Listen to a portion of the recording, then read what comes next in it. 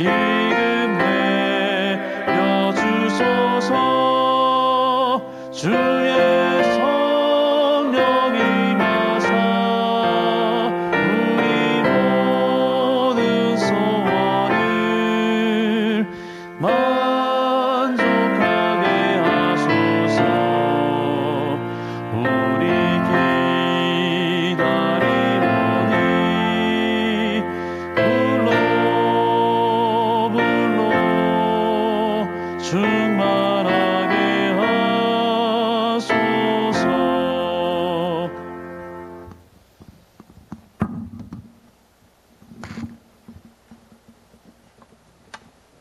우리 다 같이 기립하셔서 찬미가 201장 주님 오시는 그날 찬양 하시겠습니다. 찬미 이후에 손경수 장로님께서 예배를 위하여 기도해 주시겠습니다. 201장입니다.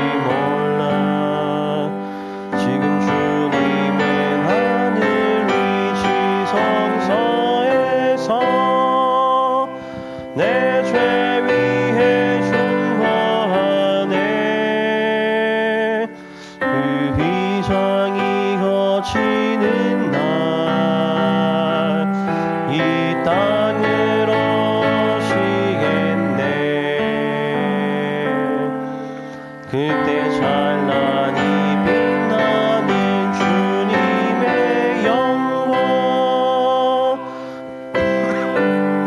새 참여하리. 하늘 천사들 청한 찬미 소리 죄악 세상에서 이로 듣지 못하나 주님 지성소 나오게 되는 그날에 그 노래를 들으리라. 저 천사들 노래 따라 내 주님을 찬미하리. 그때 찬란히 빛나는 주님의 영광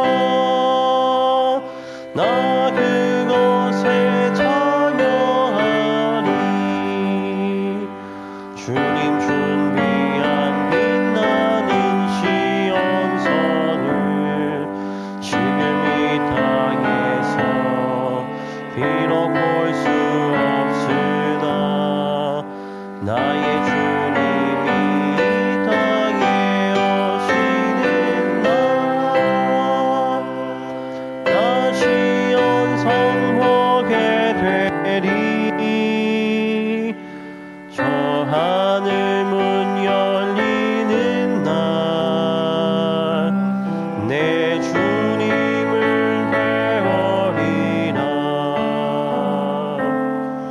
그때 사랑과 평화와 감사의 찬송 온 천지에 가득하리.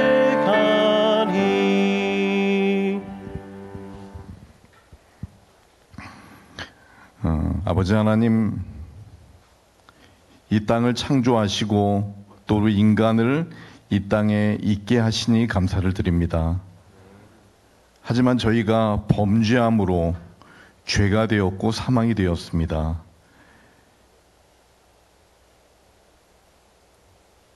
그러나 이런 죄인들을 홀로 두시지 않고 예수님을 이 땅에 보내주셔서 십자가 보혈을 믿을 때 다시 생명을 얻게 하시니 감사를 드립니다. 아버지 하나님, 이 땅에서 일어나는 여러 사고와 또 어려움을 볼 때 주님께서 오실 날이 속히 가까운 것을 저희들 기억하게 하시고 주님 오실 때까지 저희들 이 신앙 잘 붙잡고 예수님 잘 믿다가 다시 썩지 아니할 몸을 받는 하늘나라를 갈 수 있도록 주여 인도하여 주시옵소서. 참으로 죽음에 대하여 또 부활에 대하여 많은 혼란이 있는 이 시대에 우리가 이 모든 귀한 말씀을 이해하고 깨닫도록 하시며, 그러면서 주께서 우리에게 베푸시는 참 구원을 이해할 수 있도록 주여 인도하여 주시옵소서. 이 한 시간 우리 김 목사님을 통하여 말씀하실 때 주의 성령께서 함께 하셔서 말씀의 능력 있게 하시며, 듣는 우리의 심령에도 성령님 함께 하셔서 마음 문을 열게 하시고 잘 이해하고 깨닫도록 이 한 시간 주의 영께서 함께하여 주시기를 예수님의 이름으로 간절히 기도드립니다. 아멘.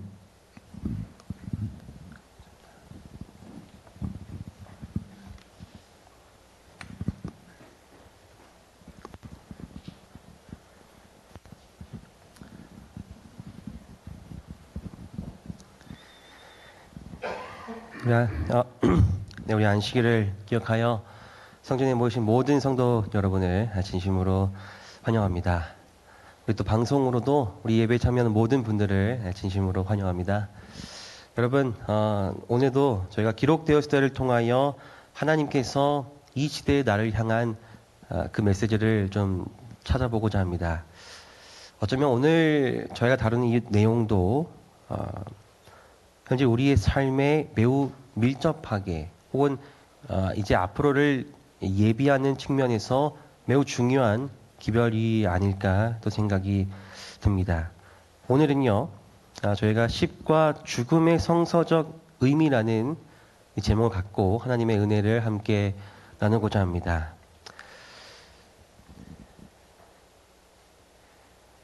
제가 잠깐 미국에 있을 때 한 청년이 있었는데요. 그 청년이 영화를 되게 좋아하는 청년이었습니다.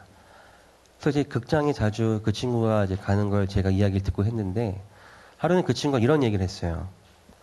이제 극장에 가면은 한국은 제가 잘 모르겠는데 그 미국 극장에 거기만 가능했는지 모르겠어요. 근데 가면은 그 전 영화가 안 끝났는데도 잠깐 들어갈 수가 있다고 합니다. 그래서 그 친구가 이렇게 들어가서, 그러니까 물론 이제 그 엔딩 크레딧 나오고 막 하는데, 여러분 그 영화 중에 그거 있지 않습니까? 그 마지막에 그 쿠키 영상들이 있지 않습니까? 이제 그 영상들을 이제 들어가서 볼 수가 있다고 하는 거예요. 그래서 그 친구가 그걸 좀 자주 봤대요. 그래서 제가 어느 날 이제 물었습니다. 그런데 그 쿠키 영상들 맨 마지막에 다 보면은 그게 뭐 이렇게 막 스포가 돼서 재미없는 거 아니야? 이렇게 하니까 그 친구가 이렇게 말했습니다. 어차피 그 내용 봐도 앞뒤를 안 봤기 때문에 하나도 이해가 안 돼. 그래서 그냥 재미로 보는 거야. 이런 얘기를 하더라고요. 그때 제가 깨달은 게 무엇이냐면은, 우리가 어떤 거에 대해서 끝을 제대로 알려면은 무엇을 제대로 알아야 한다는 거예요. 그 시작을 제대로 알아야 끝도 우리가 제대로 알 수 있다는 걸 제가 깨닫게 되었습니다. 끝을 제대로 알려면 시작을 제대로 알아야 한다는 거죠. 이 세상에 우리 삶의 끝은 죽음이라고 우리가 다 알고 있는데, 그렇다면 이 죽음의 끝을 우리가 제대로 알려면 우리의 시작에 대해서도 우리가 제대로 알아야 할 것입니다. 이 죽음에 대한 질문은 끝이 나지 않는 것 같아요. 사람이 죽으면 어떻게 될까? 내가 이 세상에 떠나면 어떻게 될까라는 이 질문에 대한 문제는 끝이 나는 것 같지 않습니다. 이 질문은 모든 사람이 궁극적으로 직면할 문제이기도 하죠. 이에 대해서 성경은 오늘날 나에게 죽음이란 무엇이라고 말하고 있으며 내가 어떤 소망을 갖고 살아가야 하는가에 대해서 말하고 있을까요? 여러분, 특히 오늘은 이제 이 내용을 좀 더 중심적으로 보고자 합니다. 죽음과 영혼 불면서에 대한 내용인데요. 이 영혼 불면서에 대한 신뢰도 통계 조사가 있습니다. 사람이 죽은 후에도 영혼이 여전히 살아있다고 믿는가? 이게 좀 그 예전에 대한 통계이지만 좀 흥미롭습니다. 천주교 신부는 98%, 개신교 목사는 86%, 유대교 랍비는 68%가 사람이 죽은 후에도 영혼이 여전히 살아있다고 믿는다고 대답을 했다고 합니다. 많은 사람이 사람의 죽음에 대해서 알고 싶어 하죠. 사단이 이들의 호기심을 이용하여 사람들을 거짓된 가르침 속으로 인도하였습니다. 그것이 바로 뭐예요? 영혼의 불멸설이라는 것입니다. 영혼은 죽지 않고 살아있다라는 겁니다. 이 기독교 내에서도 죽은 자의 상태에 대한 이해가 많이 다릅니다. 이 개신교에서는 이렇게 말하고 있어요. 사람의 육체는 죽은 후에 티끌로 돌아가서 썩는다. 그러니까 죽은 다음에 몸은 흙으로 돼서 썩어요. 그런데 그 영혼은 죽지 않는 생을 가지며 의로운 자의 영혼은 하늘에 올라가서 빛과 영광 가운데서 하나님의 얼굴을 보며 그의 육신에 완전히 구속되기를 기다린다. 그러니까 죽은 다음에 의인은 하늘로 올라가 있다가 재림의 날 때 다시 자기의 그 부활할 몸을 맞으러 이 땅에 내려온다고 하는 거죠. 그러나 사악한 자의 영혼은 지옥에 떨어져 고통과 어두움 가운데서 대심판의 날을 기다린다. 이렇게 말하고 있습니다. 천주교는 또 이렇게 말하고 있어요. 영혼은 죽지 않고 없어지지 않는 영체이며 사람이 죽은 후에 의인의 영혼은 천국에 머물다가 최후의 심판 뒤에는 의인의 육신과 영혼이 함께 천국에 거하게 되며 개신교와 내용이 비슷하죠. 대죄를 지은 자가 죽으면 그 영혼이 분리되어 지옥에서 악마와 함께 영원한 벌을 받는다. 그러나 하나님께 귀의하여 죄를 용서받았으나 다소간에 흠이 있는 자의 영혼은 세상을 떠난 후 하나님 앞에 나아가기 전에 연옥의 불에 정화된다. 네, 이게 다 그 대한예수장로교 헌법과 천주교 용어사전에 있는 내용의 발췌문입니다. 그리고 또 하나 견해가 있습니다. 그것은 바로 이 재림교회가 믿고 있는 내용이죠. 조건 불멸입니다. 불멸은 하나님께만 있는 것이며 죄인은 하나님을 믿고 예수를 구주로 영접한 경우에만 영육이 함께 불멸한다. 그 불멸은 예수께서 재림하실 때 죽어있던 자는 부활을 통하여 산 자는 불멸의 몸으로 변화를 받아 시작된다. 악인은 영원한 불의 형벌을 받는 것이 아니라 심판의 부활로 일어난 후 불로 소멸된다. 죽어 없어지는 것이다. 라고 하죠. 이 교회 내에서도 이 영원 불멸된 사상이 스며들어가 있습니다. 이것을 저희가 다 다루는 시간이 아니기 때문에 저희가 보진 않겠지만 짧게 요약하면 이렇습니다. 여러분 우리가 그 플라톤 잘 아시죠? 플라톤이 이원론을 주장하지 않았습니까? 그 플라톤이 이원론에 의해서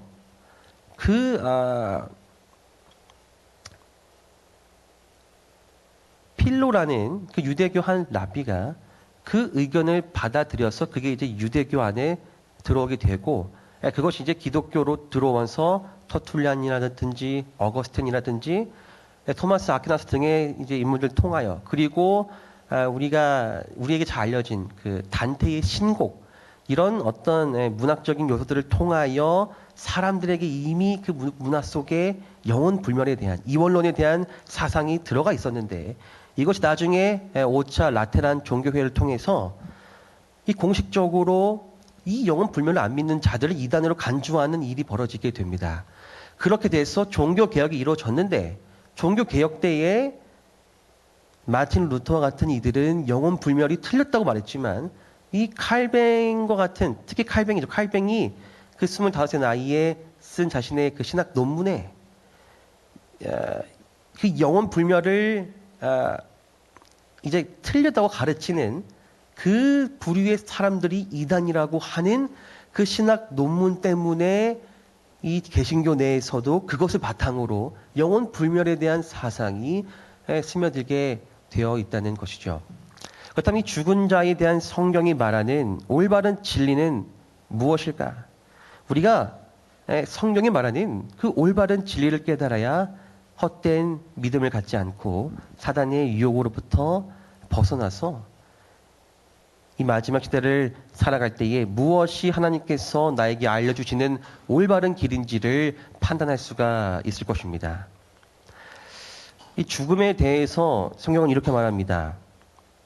하나님께서는 아담과 하와에게 죽음의 경고를 주셨습니다. 너희가 이 나무의 열매를 먹는 날에는 어떻게 해요? 반드시 죽는다고 말씀하셨어요. 반드시 죽는다고 말씀하셨어요. 근데 왜 죽는가? 왜 죽을까요?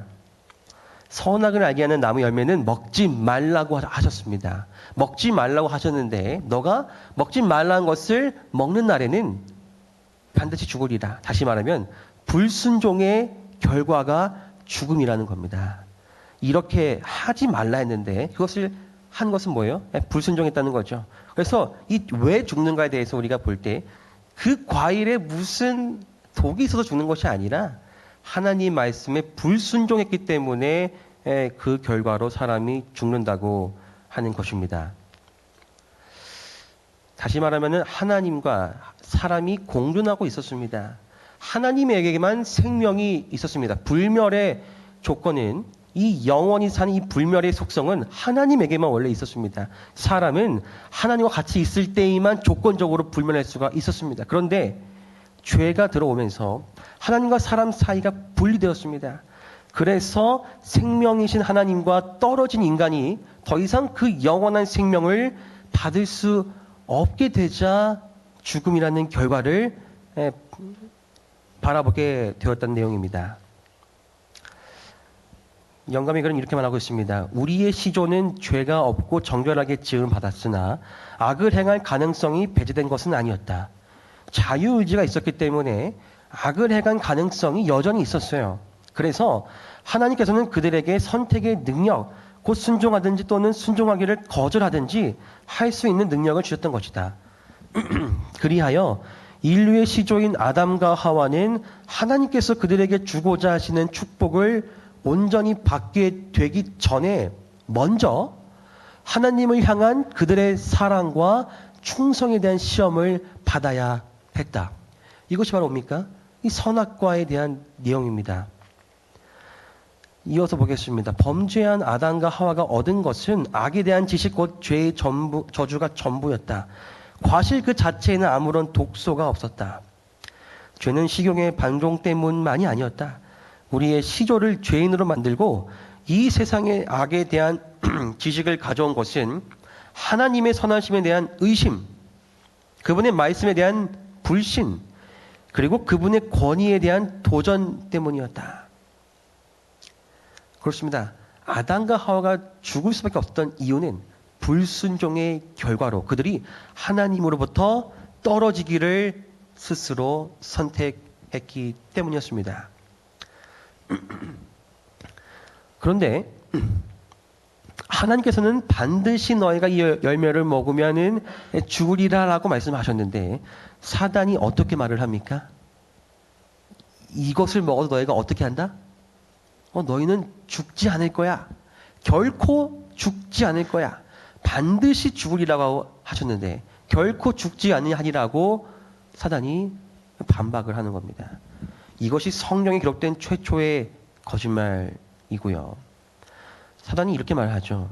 하나님이 참으로 너희에게 동산 모든 나무 열매를 먹지 말라 하시더냐. 정말로 하나님께서 그렇게 말씀하셨어.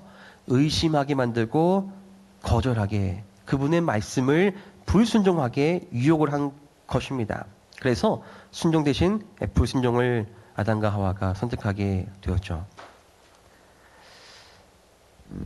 우리가 이 창조의 공식을 알게 되면은 죽음에 대해서도 더 분명히 알 수 있습니다.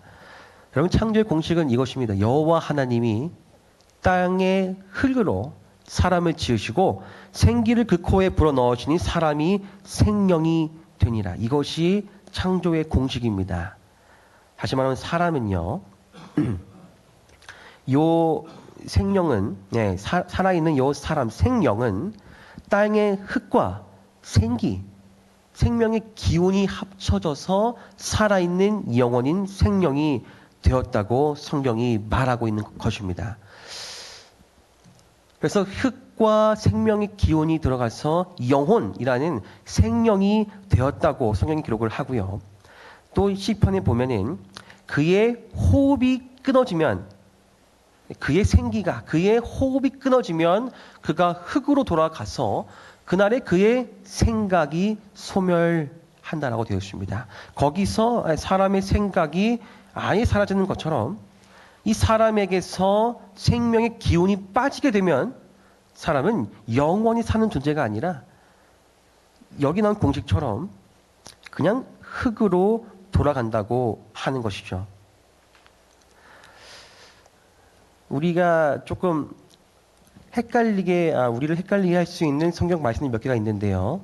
그 중 하나가 이것입니다. 전도서 12장 7절에 그렇다면은 인간이 죽을 때에 하나님께로 돌아가는 어떤 그 혼이 있는 게 아니라면 그럼 우리의 영이 하나님께로 돌아가는 겁니까?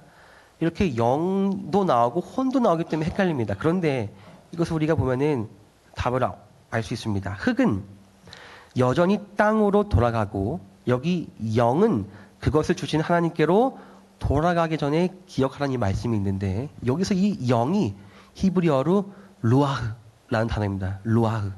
그런데 이 루아흐가 똑같이 욥기 27장 3절에 똑같이 기록이 되는데 여기서는 이 루아흐가 숨이라고 번역이 됩니다.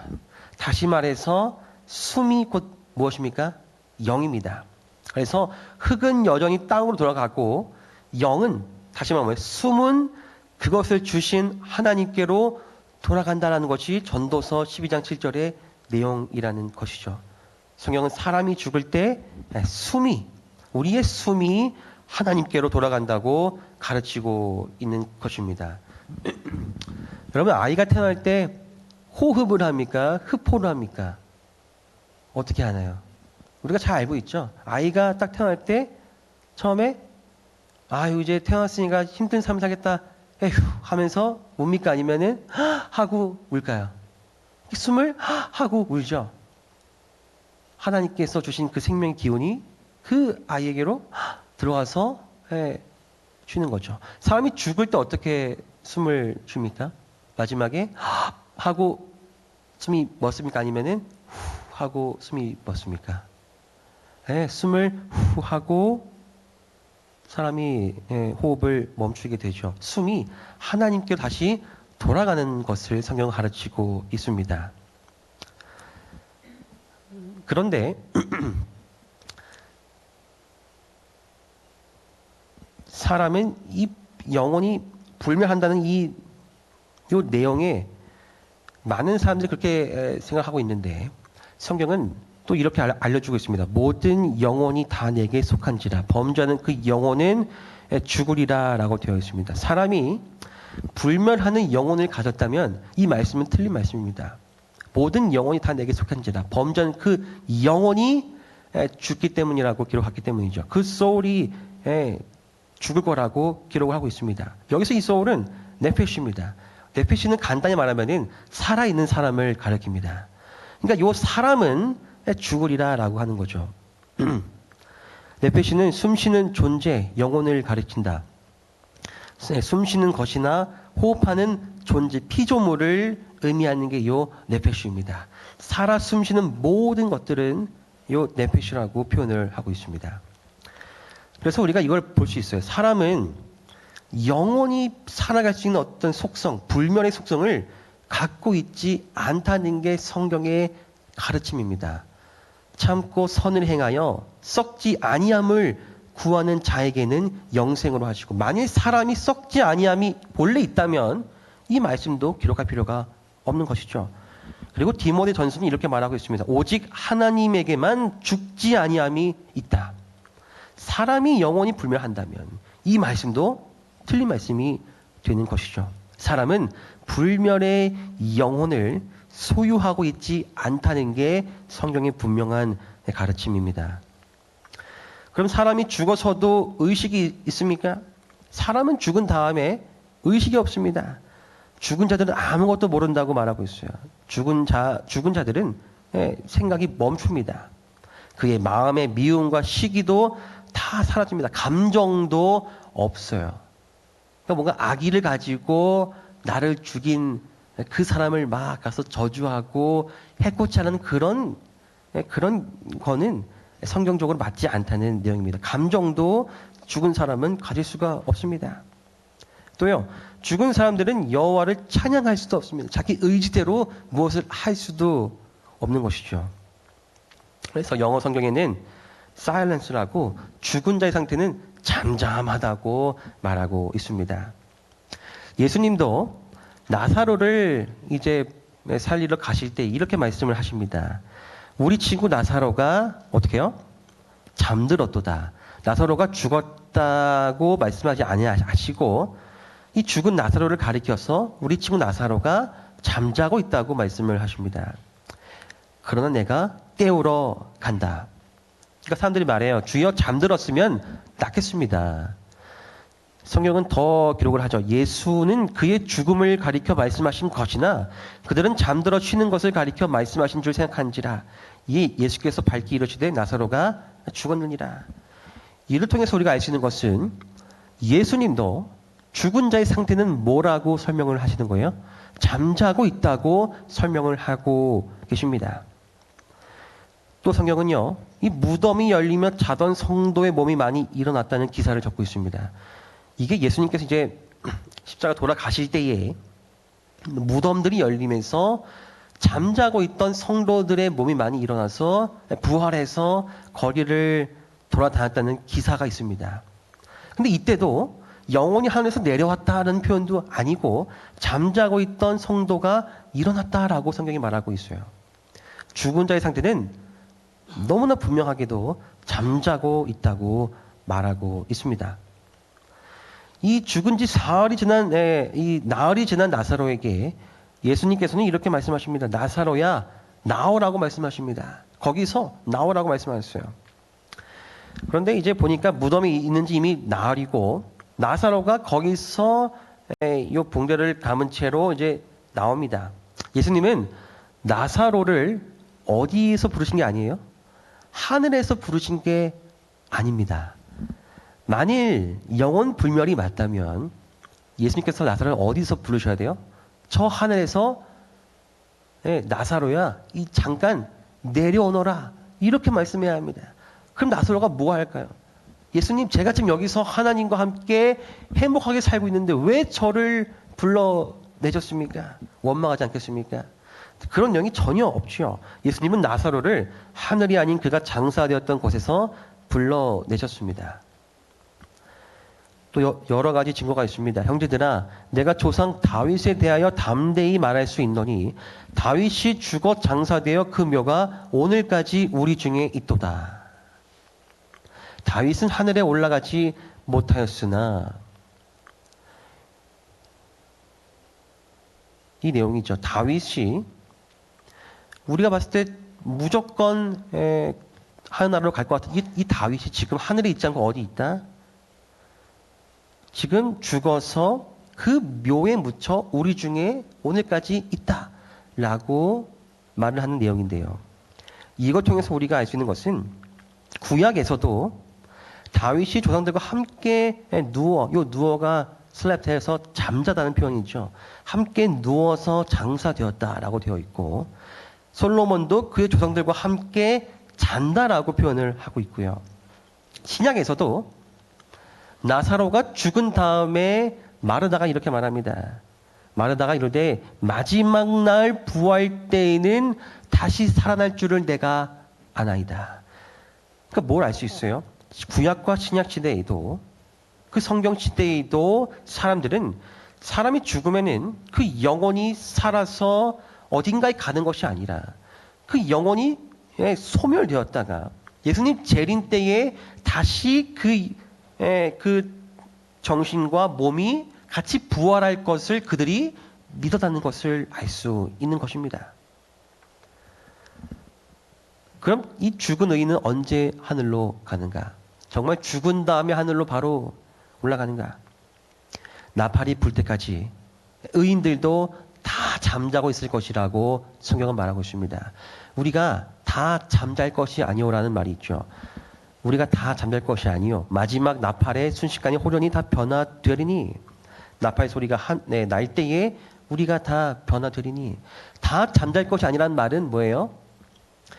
누군가는 잠을 자지 안고 있다는 겁니다. 그럼 나머지는 다 뭐하고 있다는 거예요? 나머지는 다 잠자고 있다는 표현입니다. 여러분 제가 거듭 설명을 드리고 있습니다. 성경은 계속하여 우리에게 죽은 사람은 잠자는 것과 같다는 말을 해주고 있습니다. 그 나팔 소리는 예수님의 재림 때에 울릴 것이라고 말하고 있어요.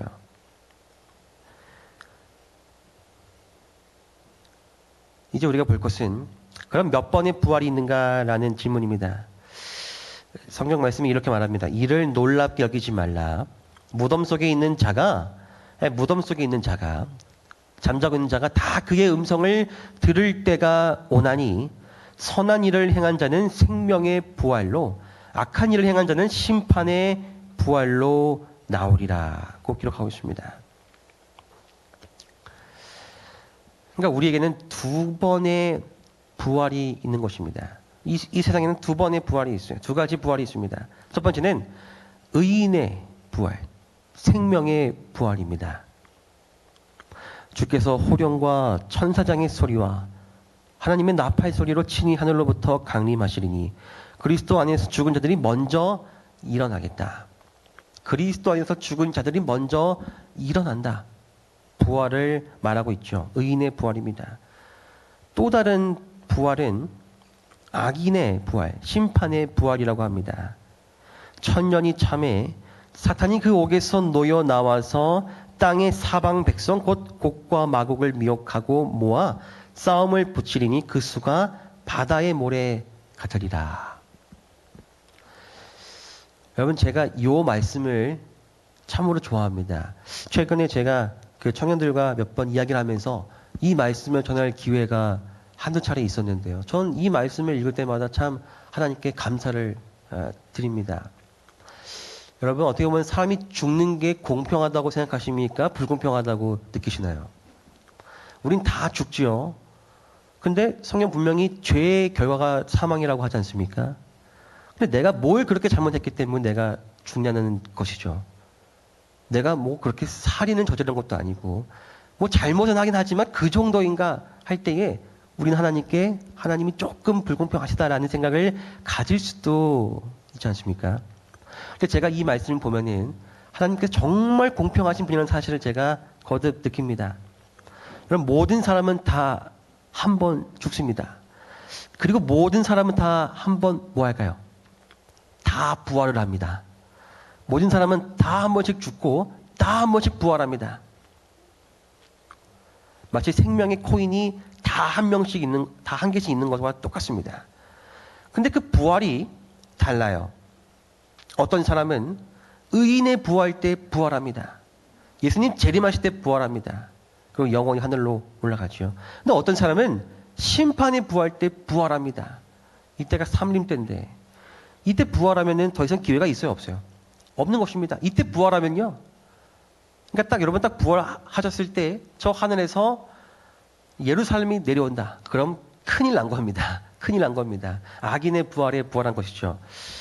제가 이 얘기를 하면서 청년들에게 이런 얘기를 했습니다. 하나님은 정말 공의롭고 은혜로운 분이시다. 우린 다 한 번씩 다 죽어. 그리고 우린 다 한 번씩 다 부활한다. 그런데 영원히 부활하고 영원히 멸망하는 것은 내가 태어나서 내가 살아가면서 나의 선택으로 내가 그 결과를 받는다. 여러분, 아담의 죄 때문에 우리가 영원히 멸망하는 것이 하나님의 계획이 아님을 인하여 감사하게 되시길 바랍니다. 하나님께서는요, 우리가 모두가 다 죽는 것은 죄의 결과라고 하지만 모두가 다 살을 수 있는 길도 마련해 주신 분이심을 우리가 기억하게 되길 바랍니다. 그 기회는 우리가 살아가는 이 삶밖에 없는 것입니다. 의인은 생명의 부활로 부활하고 악인은 심판의 부활로 부활을 하게 될 것입니다. 우리 모두가 다 한 번 사는 이 삶을 착실하게 순종함을 통하여 모두가 다 의인의 생명의 부활에 만나게 되기를 간절히 바랍니다. 마지막 때에 사단은 우리에게 거듭하여 자신의 그 거짓말을 관철시키고자 노력을 할 것입니다. 사단의 거짓말이 무엇이었다고요? 너희가 결코 죽지 아니하리라. 이 말을 사단은 계속하여 자신이 틀리지 않았던 것을 주장할 것입니다. 아담과 하와가 죽었을 때에 세상 사람들이 보기에 사단이 거짓말한 것처럼 보였지만 사단은 자신의 주장을 바꿉니다. 몸은 죽었지만 몸은 살아있어. 영혼은 죽지 않아. 살아있어. 그 거짓말이 계속 거듭되고 있는 것이죠. 성경 말씀에서도 수올로 내려가는 자는 다시 올라오지 못할 것이니 그는 다시 자기 집으로 돌아가지 못하겠다라는 말씀이 있습니다. 사람이 죽으면은 그 무덤으로 내려가면은 다시 올라오는 일이 없다라고 말하고 있지만 사단은 사람은 결코 죽지 않아라는 자신의 거짓말을 계속 유혹하기 위해서 사람이 죽어도 다시 돌아올 수 있어 라는 말을 하고 있는 것이죠. 그래서 여러분 우리의 삶에 보면은 이제는 너무나도 익숙하지 않습니까? 이러한 이제 요 강신술 하니까 조금 와닿지 않을 수도 있는데 영어로 하면은 spiritualism입니다. 그 영을 좀 다룬 영과 관련된 스피릿과 관련된 spiritualism이 바로 강신술입니다. 그래서 요 영에 관련된 소재의 드라마나 뭐 웹툰이나 영화 같은 것들이 얼마나 요즘 우리의 삶에서 쉽게 접할 수 있는 매체인지 모르겠습니다. 점점 우리의 삶에서 이런 영에 대한 거부감이 사라지고 있어요. 근데 특별히 이 영이 어떤 거예요? 죽었던 영들입니다. 죽었던 영들과 만나고 대화하는 것들이 점점 우리의 삶에서 그렇게 멀어지지 않는 그런 삶에서 우리가 살고 있다는 것이죠. 사단은 이 기만을 계속하여 우리에게 선포하고 있습니다. 이것은 이상한 일이 아니니라. 사탄도 자기를 광명의 천사로 가장하나니 그러므로 사탄의 일꾼들도 자기를 의의 일꾼으로 가장하는 것이 또한 대단한 일이 아니니라. 여러분 이 말씀이 참으로 중요한데요. 사탄도 자기를 뭐로 가장한다고 되어 있어요? 광명의 천사, 빛이 나는 광명의 천사로 자기를 나타난다고 말하고 있습니다. 그리고 사탄의 일꾼들도 자기를 의의 일꾼으로 가장하는 것이 또한 그리 놀라운 일이 아니라고 말을 하고 있어요. 이것이 마지막 때의 사탄의 기만입니다. 이적은 참 교회 표징이라고 주장하는 천주교인들은 강신술의 기이한 능력에 용이하게 속을 것이요 진리의 방패를 내버린 방패가 녹슬어버린 개신교인들도 여기에 미혹될 것이다. 또 말합니다. 일반적으로 사기 들린 사람들은 심하게 고통하였으나 예외로 그렇지 아니한 경우도 있었다. 초자연적 능력을 얻기 위하여 어떤 사람들은 사단의 영향을 의도적으로 받았다. 그들이 사기와 싸우지 아니할 것이 당연하다. 그런 부류의 사람들은 점치는 귀신에 접한 자들이다. 성경에 나온 것처럼 마술쟁이 시몬, 박수엘루마, 빌립보에서 바울과 실라의 뒤를 따른 여종 등이 여기에 속한다라고 되어 있어요. 여러분 이 사단이 마지막 때에 이 죽음에 관해서 그가 이 영적인 것을 포장할 강신술을 우리에게 소개할 때는 누가 봐도 두렵고 거부감이 드는 모양이 아니라 어떻게 해요? 자기를 광명의 천사로 가장하는 것처럼 그럴싸하게 포장해서 나타낸다고 하는 것입니다. 아, 하나님께서 이런 일을 행하신 것이 아닐까라고 생각이 들 정도로 그것을 잘 포장해서 마치 진리요 의의인 것처럼 우리에게 드러낸다고 말하고 있는 것이죠. 그래서 여기 나온 것처럼 많은 사람들이 이것에 속을 것이고 또 여기 아래에 있는 표현처럼 그 사람들이 막 이게 악한 영의 지배받아서 막 소리 지르고 자신의 몸을 해치고 이런 상태가 아니라 정신도 말짱한데 우리와 똑같은데 뭐 하는 거예요? 어떤 다른 영적인 것에 이끌려서 사람들에게 말을 하고 사람들에게 무언가를 알려주고 인도한다는 내용입니다. 이것이 사단이 우리에게 마지막 때에 자신의 모습을 드러내는 방법이라고 하는 것이죠. 이 뉴스를 보다 보면은 이런 기사들을 잘 볼 수 있습니다. 이게 지금 한 뉴스의 한 장면인데요. 그 유튜브에서도 한 장면인데요. 끊을 수 없는 역사, 정치인과 무속. 여러분, 정치인들 중에서도 종교를 갖는 것은 뭐 좋다고 생각하지만 이 무속 신앙, 이 정치인과 이 무속 신앙, 이것을 다리 말하면 이것이 바로 강신술, 스피리추얼리즘이라고 말하고 있는데, 여러분 정치인들 사이에서도 무언가를 의지할 때 요 신접한 자들을 찾아가는 이들이 존재하면 우리가 알 수 있지 않습니까?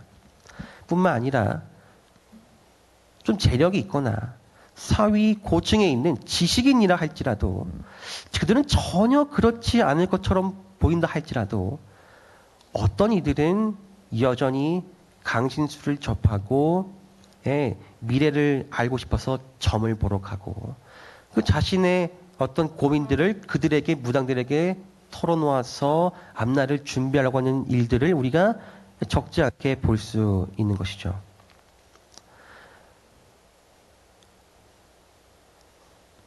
유명한 목회자인 이 더그 배칠러 목사님께서 쓰신 요 자서전, 이 억만장자의 동굴인에 보면은 이런 고백이 있습니다. 이분의 어머니도 이제 유명 연예계에 있으셨는데 연예계 종사하는 어머니 친구들은 대개가 점성술, 손금보기 및 강신술 따위를 좋아했다라고 기록을 하고 있어요. 한국뿐만이 아니라 전 세계적으로도 이런 어떤 영적인 것에 심취하고 관심을 가져서 그것들에게 자신의 삶을 맡기는 사람들이 적지 않고 있음을 알 수 있습니다. 근데 이것이 이상한 일이 아니라고 하는 거예요. 왜냐? 사탄도 자기를 광명의 천사처럼 그럴싸한 하나님의 메신저처럼 나타내 보이기 때문에 우리가 정신 똑바로 차리지 있고 않으면은 그것에 그냥 휩쓸려서 속을 수밖에 없다고 하는 것이죠. 이 패턴이 바로 우리가 두 번째가 다루었던 이 재림의 징조에서의 하나의 패턴이지 않습니까? 마지막 때가 될수록 그 임산부의 그 태동이 점점 더 그 산통이 강해지고 그것이 더 그 빈도가 잦는 것처럼 마지막 때가 가까울수록 이 사단은 귀신들의 영을 통하여 그 악의 영들을 통하여 사람들의 마음을 유혹하고 성경이 아닌 그릇된 진리로 그릇된 말로 그들을 이끈다는 것이 이 재림의 징조의 패턴이지 않습니까? 마지막 때가 되면 될수록 더 이 일은 강해지고 우리의 삶 속에서 스며들게 될 거란 것이죠. 영감의 글은 이렇게 뒷받침합니다. 하나님의 최후 심판이 내리기 전에 그분의 백성 가운데 사도시대 이래로 일찍 경험하지 못한 근본적인 경건의 부흥이 일어날 것이며 하나님의 성령과 권능이 그 자녀들에게 부어질 것이다. 마지막 때에 우리가 무엇을 기다리고 있습니까? 오순절 성령처럼 늦은비 성령의 때를 기다리고 있지 않습니까? 그런데 이 늦은비 성령 마지막 그 성령의 그 대부흥이 일어나기 전에 뭐가 일어나고 있다고 말하고 있어요? 사탄은 이 일을 방해하려고 그 늦은비 성령을 방해하려고 이와 비슷한 일을 먼저 일으킴으로 이를 막으려 할 것이다. 늦은비 성령의 그 역사를 그 부흥을 방해하려고 그와 비슷한 영적 부흥을 일으킴으로 이를 막으려고 할 것이라고 말하고 있습니다. 요즘 유튜브를 통해서 전 세계 일들을 다 볼 수 있죠. 유튜브를 보니 저 어디 한편에서는 영적 집회가 일어나지 않습니까? 은사 집회가 일어나지 않습니까? 사람들을 막 고칩니다. 그러니까 그 고치는 게 그리스도 이름으로 고치고 있지만 결국 그 말로가 다 돈과 연관돼 있거나 자기의 어떤 이런 이름을 알리기 위함으로 끝나는 것을 우리가 보지 않습니까? 사탄은 이 일을 방해하려고 이와 비슷한 일을 계속하여 일으킬 것이라고 우리가 깨달아야 하는 것입니다.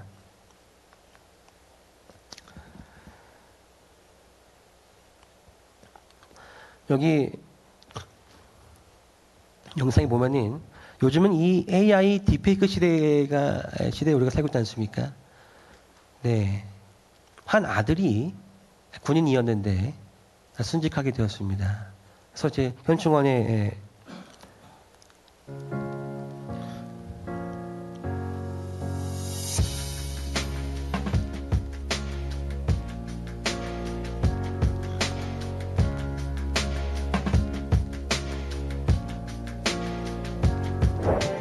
엄마, 오랜만에 엄마 얼굴 보니까 진짜 너무 좋아요. 어때, 인설이는 잘 지내니? 저는 잘 지내고 있어요. 아버지도 만났어요. 그래. 행복하게 잘 지내고 있어요.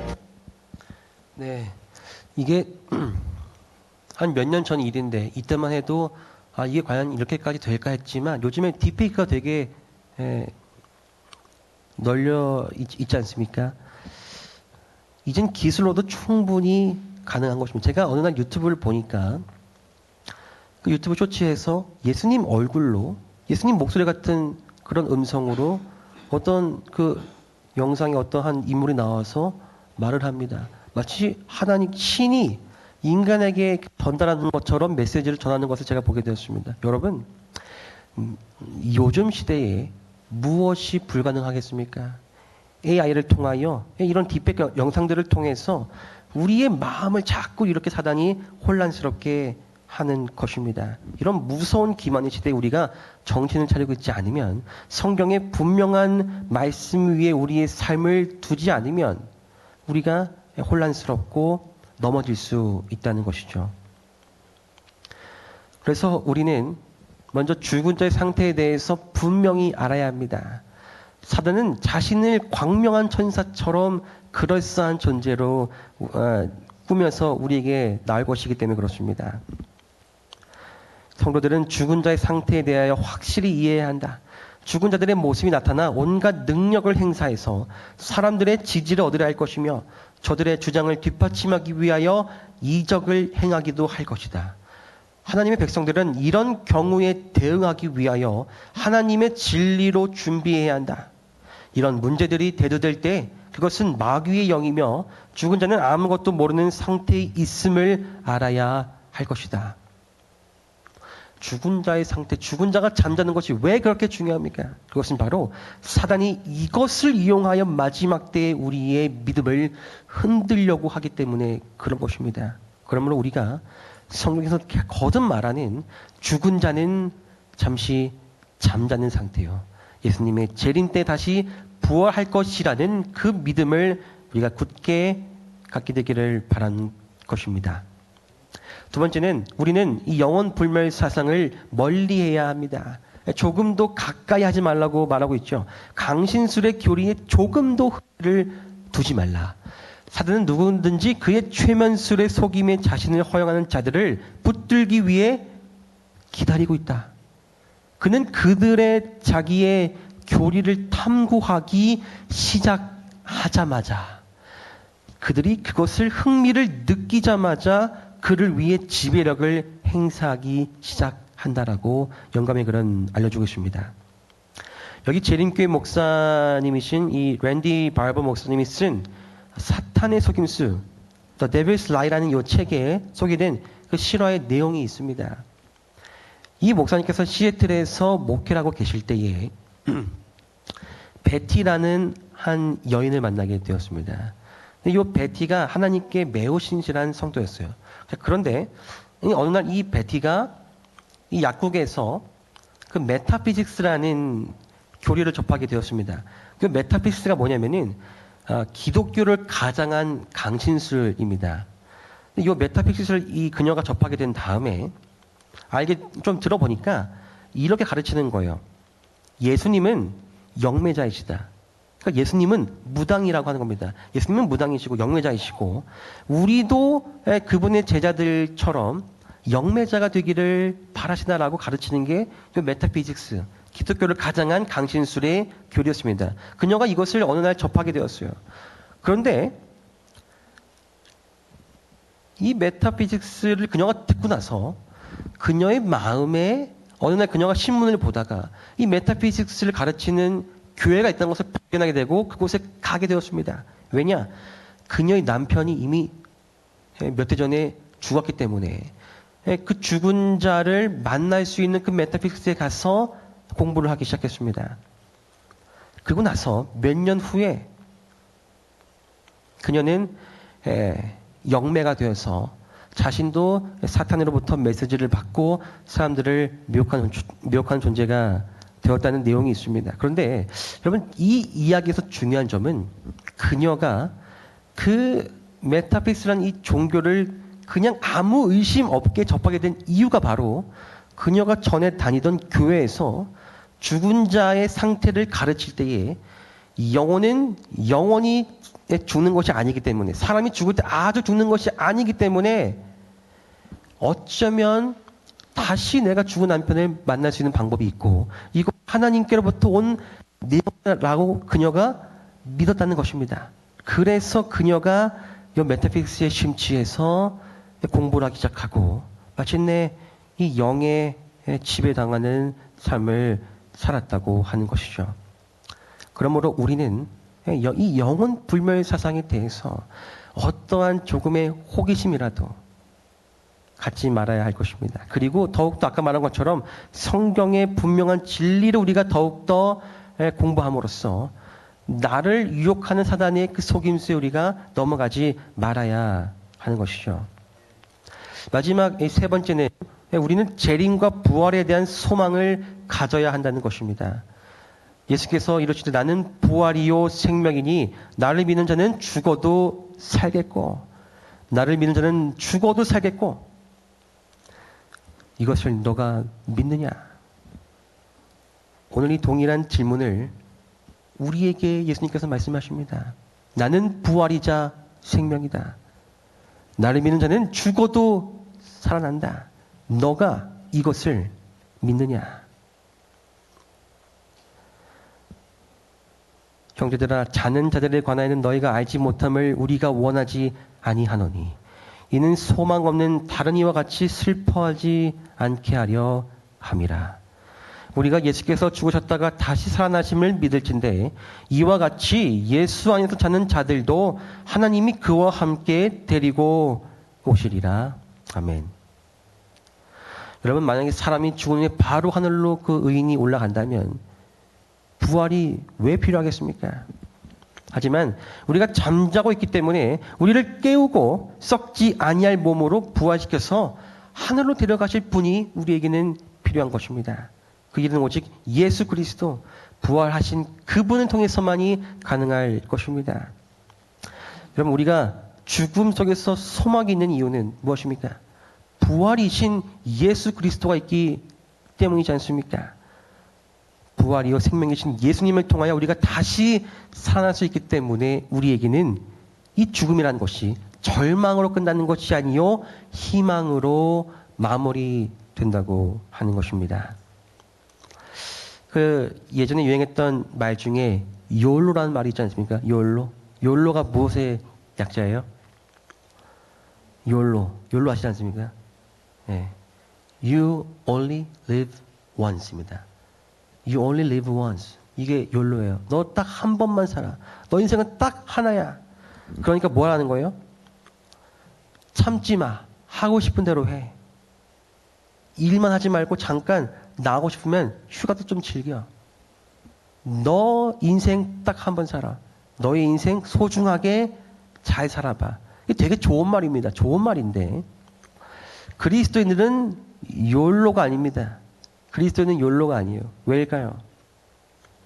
한 번 사는 인생 내 마음대로 사는 것이 아니라 우리는 어떻게 살아야 할까요? 한 번 사는 인생 하나님 뜻대로 올바르게 살아가자. 이것이 그리스도인들의 삶의 모토가 되지 않겠습니까? 한 번 사는 인생이기 때문에 내 마음대로 막 살아서 살아가는 것이 아니라 한 번 사는 인생 나에게 주신 두 번째 기회이기 때문에 내가 이 기회를 잘 붙잡아서 재림에 대한 소망을, 부활에 대한 소망을 갖고 살아가기를 바라는 그 하나님의 마음을 우리가 오늘 깨닫고 생명의 부활과 심판의 부활 중에서 어느 부활에 나는 참여하고 싶은가에 대해서 깊이 고민하고 우리 삶을 결정하는 우리 모두가 되길 바라면서 오늘 말씀을 마치겠습니다. 기도하시겠습니다.